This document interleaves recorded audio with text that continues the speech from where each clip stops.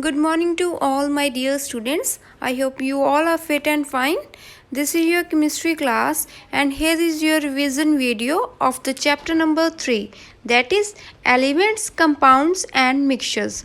And today we are going to revise our last topic, that is chromatography.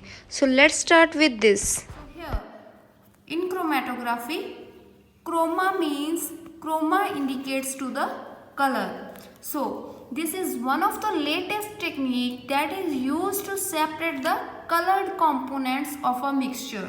So this technique is used to separate the colored components of the mixture, and these colored components having the similar properties. Okay, so chromatography is a technique that is used to separate the colored components that are present in a mixture and having the similar properties. But now these days this chromatographic technique can be used for the colorless substances also. Okay, so here we can see the chromatography, the process of separating the different dissolved constituents of a mixture by their adsorption on an appropriate adsorbent is called chromatography.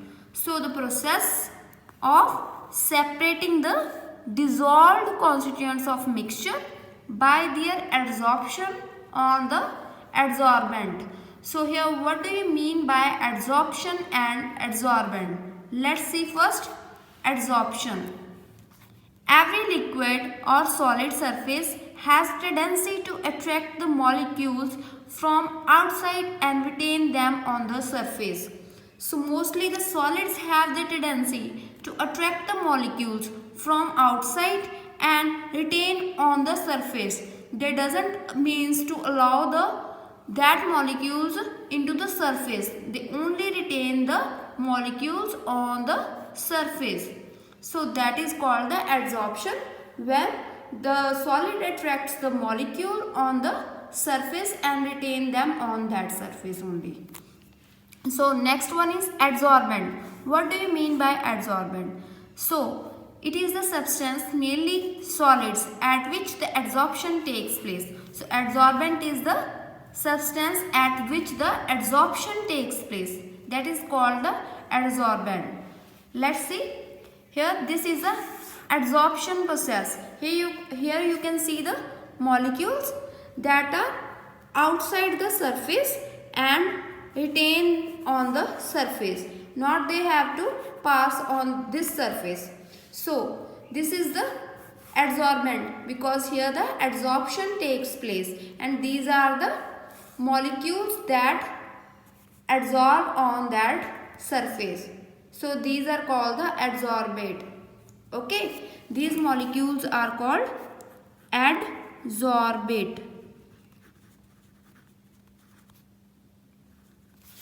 Next is principle. Means the chromatography based on which principle? Okay, chromatography separates the components of a mixture on the basis of difference between the two phases. It depends upon the two phases. One is the stationary phase, that is non-moving. Stationary means that doesn't move, and the other one is the mobile phase. So here the chromatographic principle is based on the two phases. Okay, one is the stationary phase and the other one is the mobile phase. So the simplest type of chromatography is paper chromatography. Here today we will study paper chromatography, and with the help of paper chromatography we have to separate the colored components in a mixture. So let's see how we will separate the color components with the help of paper chromatography. In this method, special paper is used, that is called the chromatographic paper. So for this paper chromatography we have to use a special type of paper, that is called the chromatographic paper. It is taken along with a solvent. Here we have to use solvent also, in which we have to dip that paper. Here the filter paper acts as a stationary phase in which the separation of the components occur.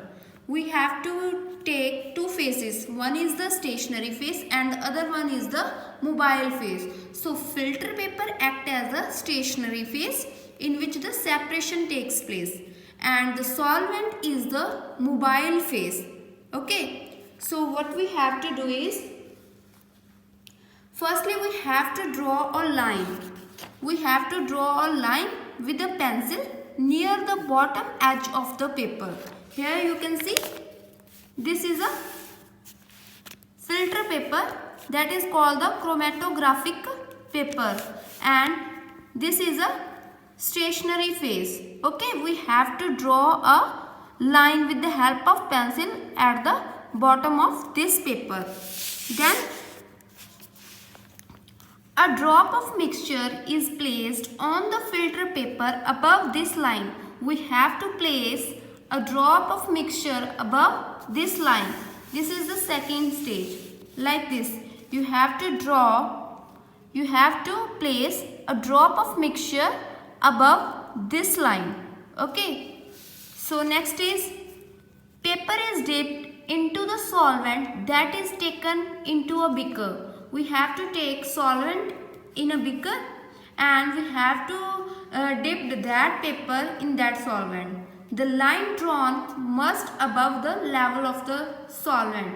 You must have to remember that the line that you have to draw on the filter paper, that must be above the level of the solvent. Like this. This is a solvent, that is a moving phase. Okay.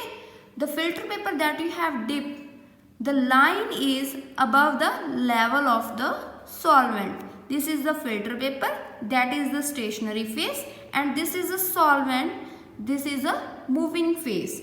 So next one is, the solvent rises on the filter paper along with the drop of the mixture. Okay. Then after some time, what will happen? The solvent rises on the filter paper along with the drops of mixture that we have to separate. Okay. The component of the drop which is more soluble rise faster. The component which is more soluble in water, that rises faster. We see various spots on the filter paper.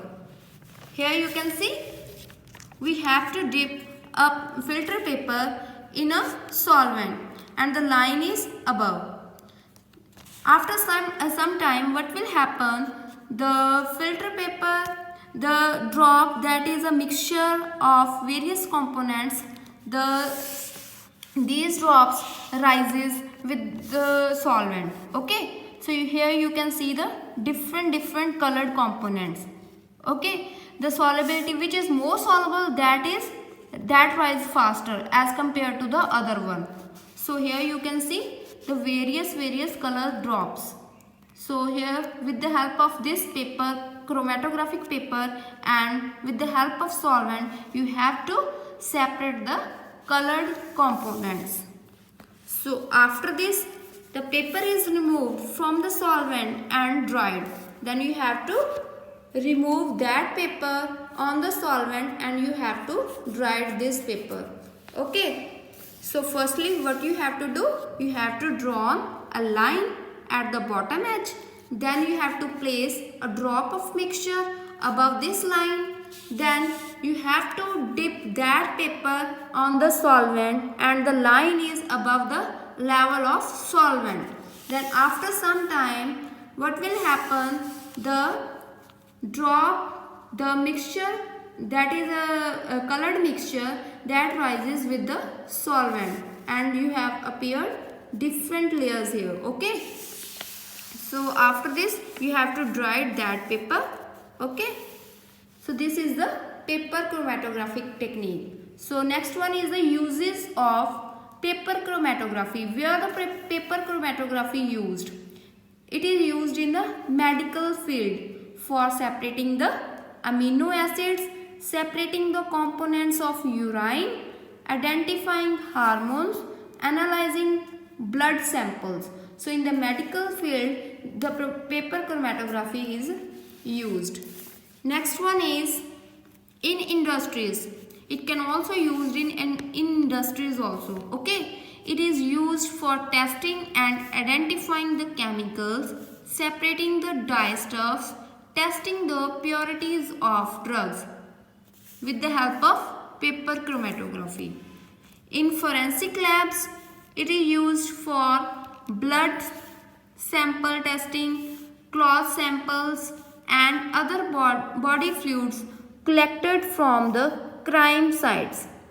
And in the commercial field, it can be used for testing the meat samples, testing the purity of canned food items, etc. I hope this will be clear for you. Thanks.